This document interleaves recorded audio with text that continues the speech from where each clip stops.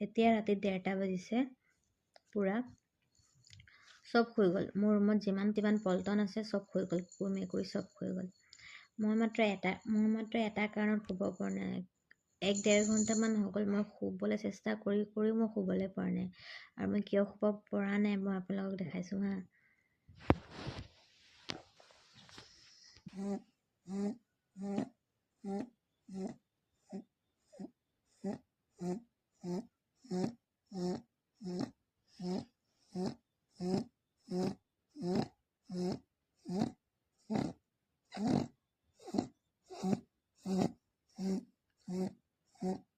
তাই